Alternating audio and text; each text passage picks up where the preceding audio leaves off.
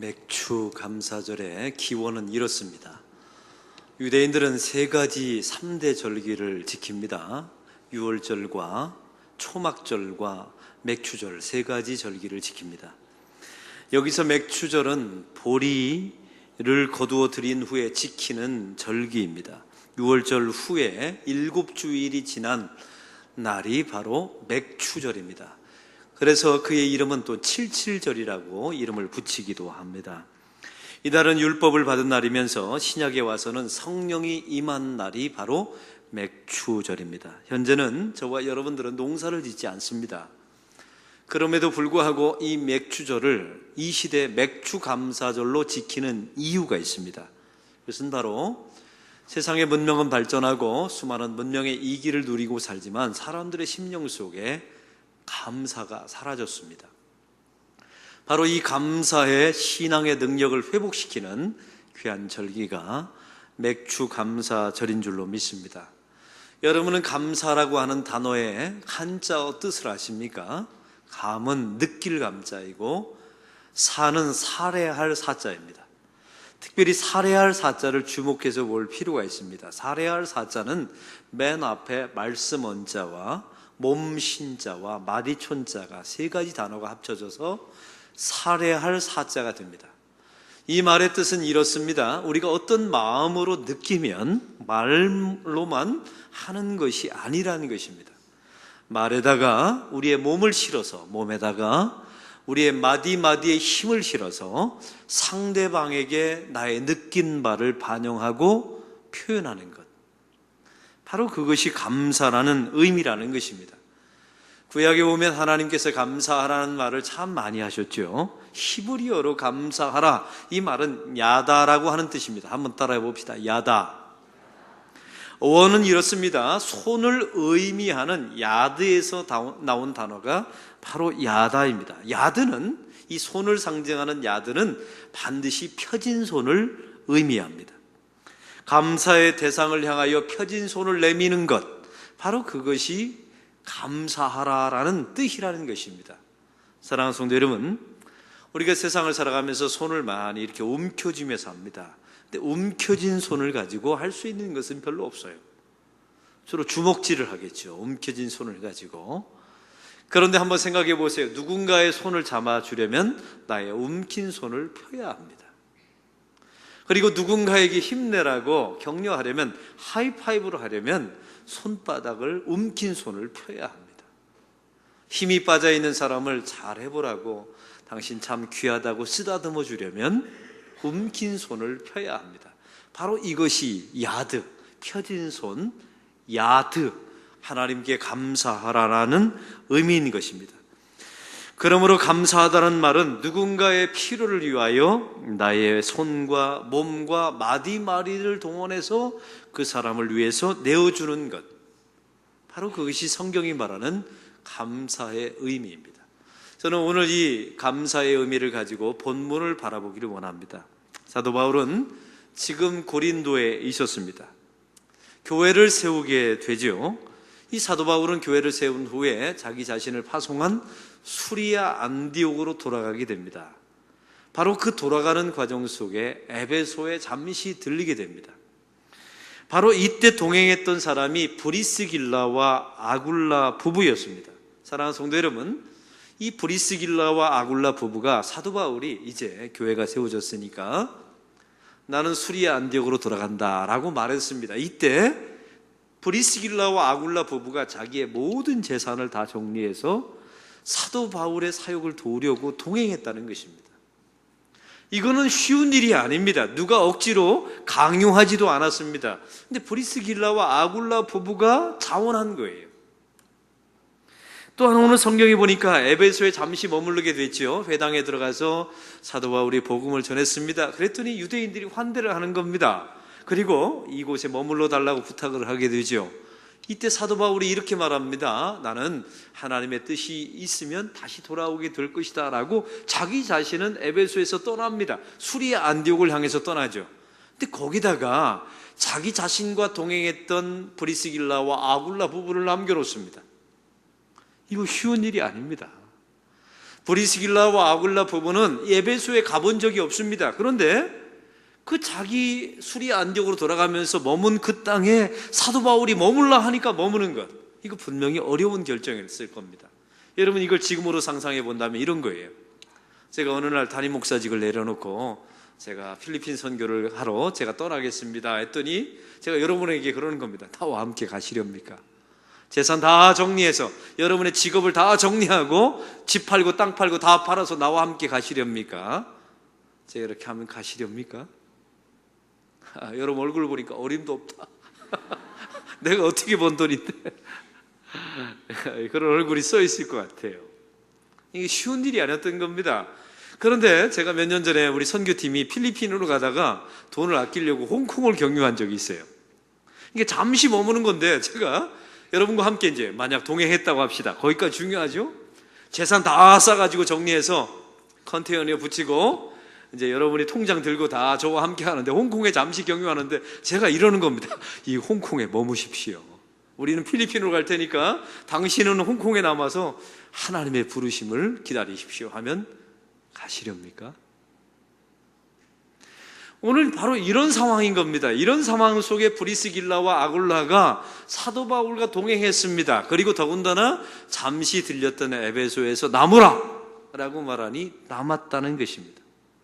말로만 한 게 아니었습니다. 하나님께 순종이요? 말로 하는 게 아닙니다. 신앙은 말로 때우는 게 아니에요. 자기의 몸과 몸신, 마디촌, 이 세 가지를 다 들여서 하나님 앞에 반응하는 것이 바로 감사입니다. 이것이 브리스길라와 아굴라 부부에게 가능한 이유가 무엇입니까? 여러분, 이게 누가 시킨다고 되나요? 이게 강요해서 되는 일입니까? 당위성을 말하면 됩니까? 그래서 되는 문제가 아닙니다. 브리스길라와 아굴라 부부는요, 하나님께로부터 받은 사랑과 은혜에 대한 깊은 감사가 있었기 때문입니다. 오늘 말씀에 보면 브리스길라와 아굴라 부부, 이 사람은 누구입니까? 이 두 사람은, 부부는 본래 본도 출신이었습니다. 베드로의 설교를 통해서 개종해서 유대인으로서 개종한 그리스도인이 되죠. 그들의 조상들은 남유다 백성들이었습니다. BC 587년에 바벨론에 의해서 멸망합니다. 그때 이 브리스길라와 아굴라 부모님들이 쫓겨서 신앙의 자유를 찾기 위해서 흘러 들어간 곳이 본도였습니다. 본도에서 사는 동안에 이 브리스길라와 아굴라는 예수를 믿고 난 후에 로마로 흘러 들어가게 되죠. 왜? 돈 벌기 위해서. 그 당시에 가장 큰 제국의 도시로 들어가게 됩니다. 그들이 할 수 있는 일은 아무것도 없었어요. 그래서 사람들이 터부시했던 죽은 시체를 만지는 가죽 무두장이를 만들어서 바로 천막을 만드는 천막 장사를 했던 것입니다. 돈도 벌었습니다. 땅도 마련했겠죠. 정착했습니다. 살만하다고 생각했을 겁니다. 그런데 그 로마 땅에 바로 유대인들의 폭동이 일어납니다. 이때 로마 황제가 모든 로마에 사는 유대인들은 다 추방 명령을 내리게 되죠. 여러분, 이게 엄청난 사건이었어요. 지금까지 자기가 벌었던 모든 돈과 재산을 깡그리 빼앗기고 도망 나올 수밖에 없는 곳이 바로 로마였습니다. 브리스길라와 아굴라 부부가 결국 쫓겨나서 간 곳이 고린도였습니다. 여러분, 그 상황을 한번 생각해 보세요. 얼마나 절망적인 상황입니까? 자기 조상들도 본도에 쫓겨가면서 살았어요. 로마에 들어가서 돈 좀 벌려고 정착했더니 자기가 잘못한 것도 없는데 같은 동족이라는 이유로 로마에서 쫓겨났습니다. 고린도에 가서도 천막 장사를 할 수밖에 없었던 겁니다. 바로 그 땅에서 모든 것을 잃어버렸습니다. 빼앗겼습니다. 절망스러워 보이는 곳이에요. 바로 그곳에서 하나님께서 예비하신 바울을 만나게 됩니다. 바울을 만나게 된 결정적인 이유가 있었죠. 직업이 같았기 때문입니다. 이 사도 바울의 복음 전도를 통해서 브리스길라와 아굴라가 바로 성령 세례를 받고 하나님의 동역하며 그의 집이 고린도 교회, 초대교회가 되는 것입니다. 사랑하는 성도 여러분, 우연히 흘러 들어온 것이 아니라는 사실을 브리스길라와 아굴라 부부가 알게 된 것입니다. 하나님의 인도하심이었고 사도 바울을 통하여 하나님의 일들을 이루기 위한 하나님께서 나를 사용하고 있다는 하나님의 표징이 하나하나 드러난 것입니다. 그래서 해석이 바뀌어요. 지금까지는 절망이었고 쫓겨왔지만 이것이 하나님의 쓰임받는 하나님의 선택이었어요. 하나님의 은혜와 사랑이었다는 사실로 다시 재해석됩니다. 그래서 깊은 감사와 기쁨이 나오게 되는 거예요. 그래서 사도 바울이 떠나게 될 때 함께 떠나게 되고, 머물라고 했을 때 함께 머물게 된 줄로 믿습니다. 에베소에 남겨진 브리스길라와 아굴라 부부를 보십시오. 성경에 보니까 오늘 이제 사도 바울이 떠났습니다.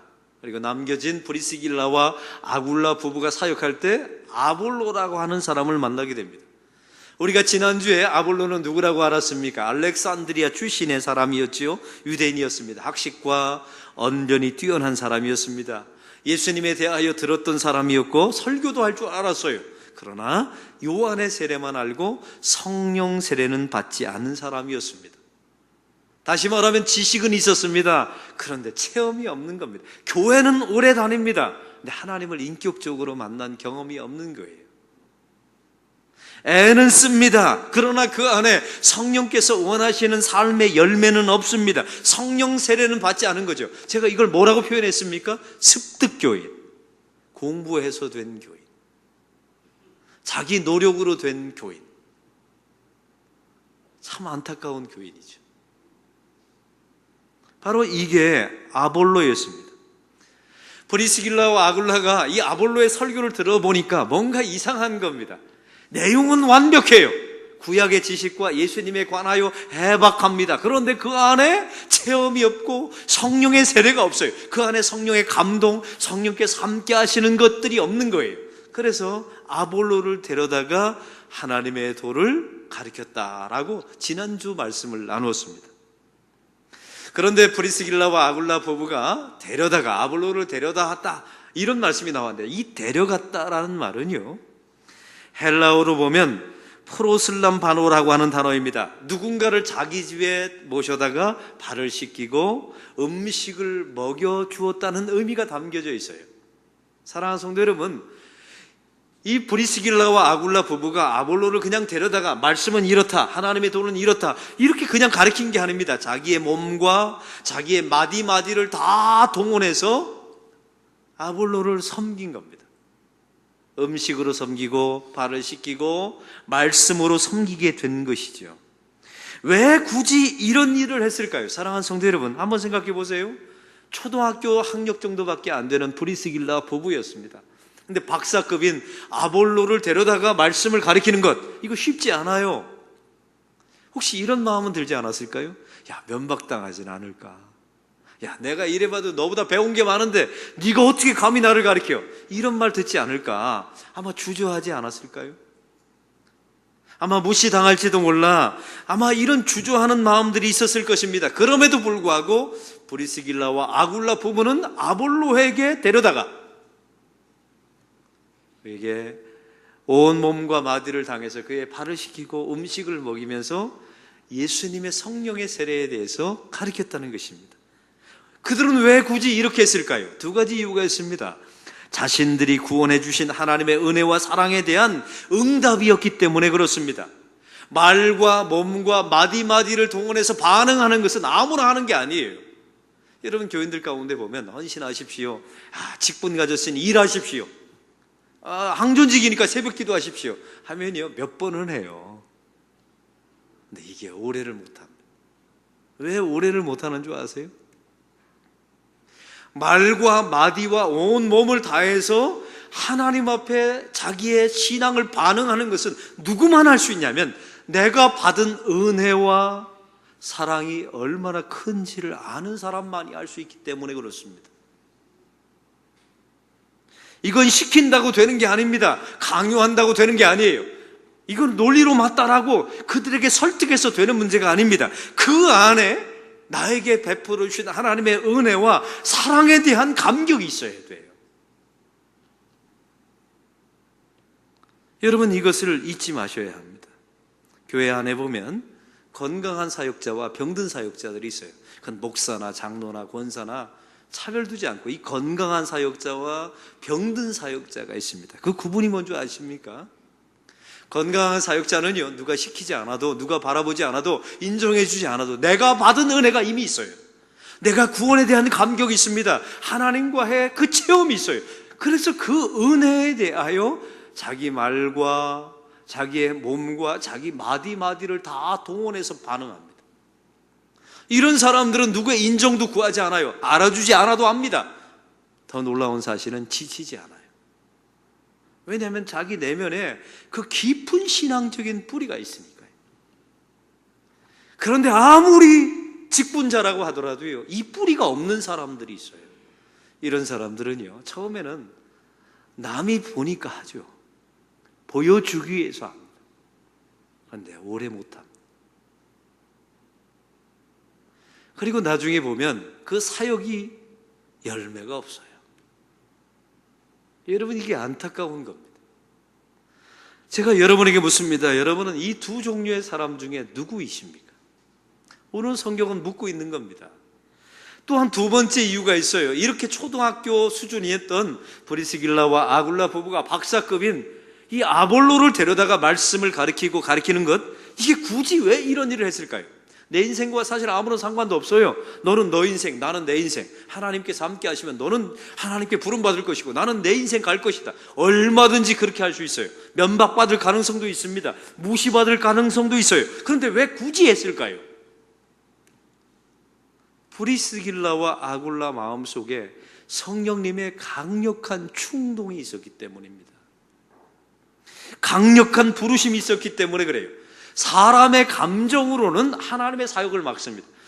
내가 저거 하면 무시받을지도 몰라. 또 사람의 의지도요, 하나님의 사역을 가로막아요. 내가 저거 열심히 한다고 해서 저게 정말 열매가 있을까? 이런 마음들이 있습니다. 그런데 오늘 성경을 보십시오. 이 브리스길라와 아굴라 마음속에 감당할 수 없는 성령님의 충동이 일어납니다. 가서 데려다가 전하라. 그래서 데려다가 전했더니 열매가 있는 겁니다.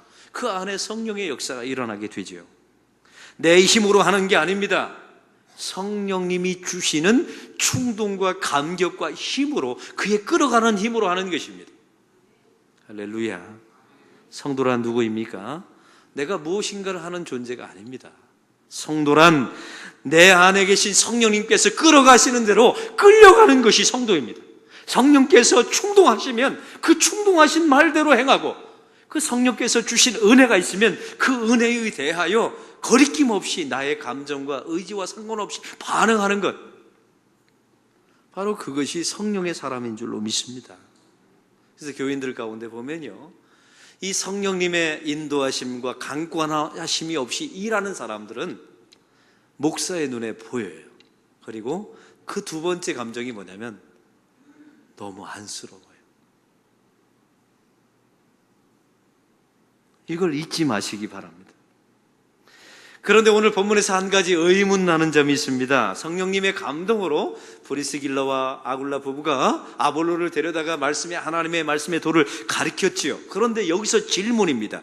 왜 하나님은요, 바울을 남겨두셔서 아볼로에게 복음을 전하지 않고, 사실은 급이 같지 않습니까? 사도 바울을 보세요. 유대인 중에 유대인이었습니다.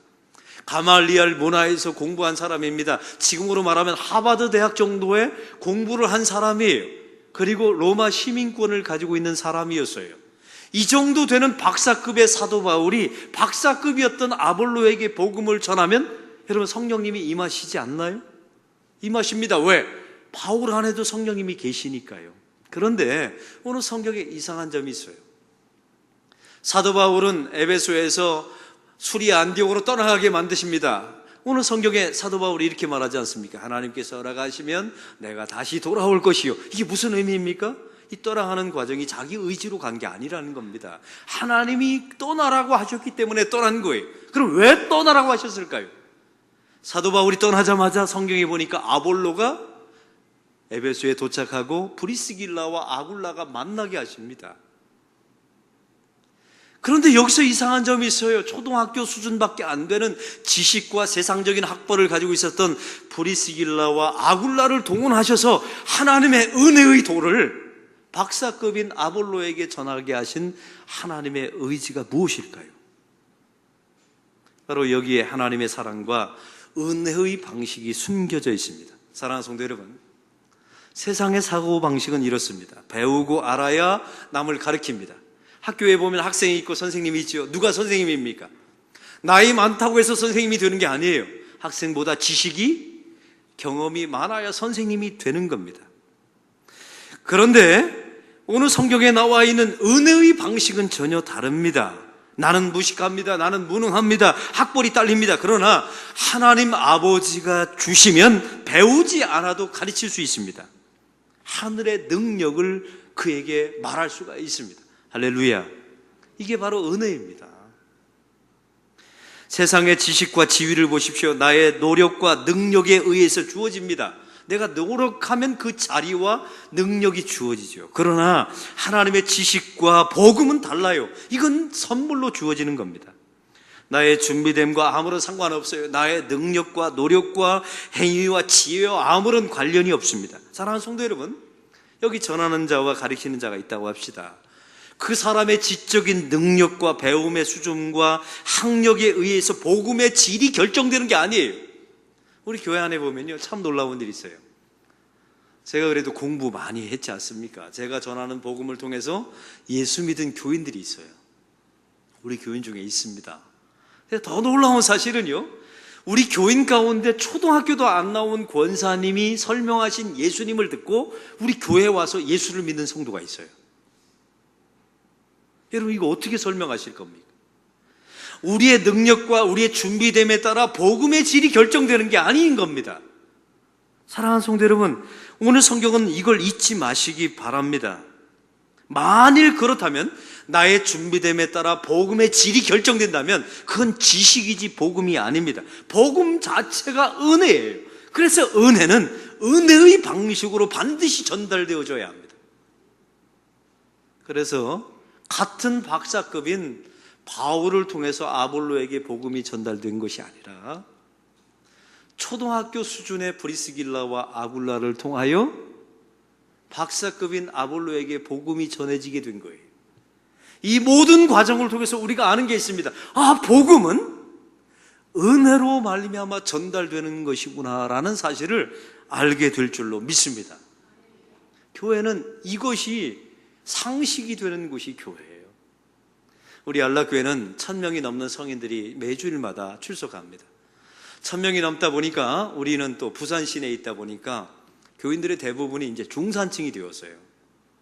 교인들의 마음속에 이런 기준이 생겼습니다. 우리 교회 장로님 정도 되려면 일단 대학은 나와야 되고 재산도 좀 해운대 정도는 살 정도로 재산이 좀 있어야 되고 그 다음에 교회는 한 20년 정도 다녀야 되고 이런 기준들이 생기시는 것 같아요.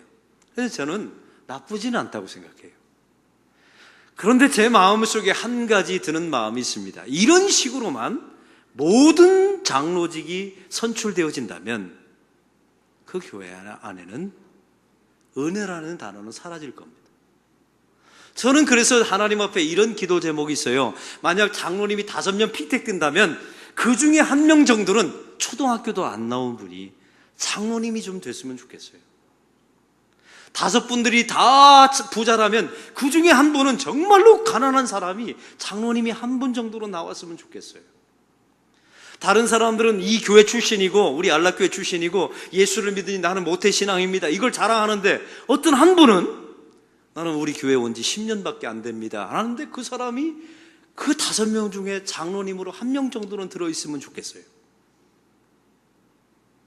왜 그렇습니까? 그래야 이게 은혜라는 사실을 아니까요. 그리고 교인들이 깨닫게 되는 겁니다. 사역은, 하나님의 일은 자기의 노력과 의지와 실력과 준비됨으로 되는 것이 아니라 하나님의 은혜로 되는다는 사실을 교인들이 깨닫게 될 줄로 믿습니다. 사랑하는 성도 여러분, 내가 받은 복음은 은혜입니다. 그래서 그 은혜는 은혜의 방식을 통하여 전달된다는 사실을 잊지 마시기 바랍니다.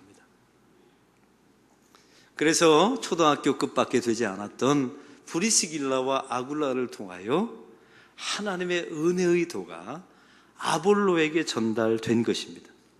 오늘 성경에 브리스길라와 아굴라 부부가 데려다가 이제 아볼로를 데려다가 말씀을 전하게 되죠. 놀라운 성령의 역사가 일어나게 됩니다. 성령의 세례가 나타나게 되죠.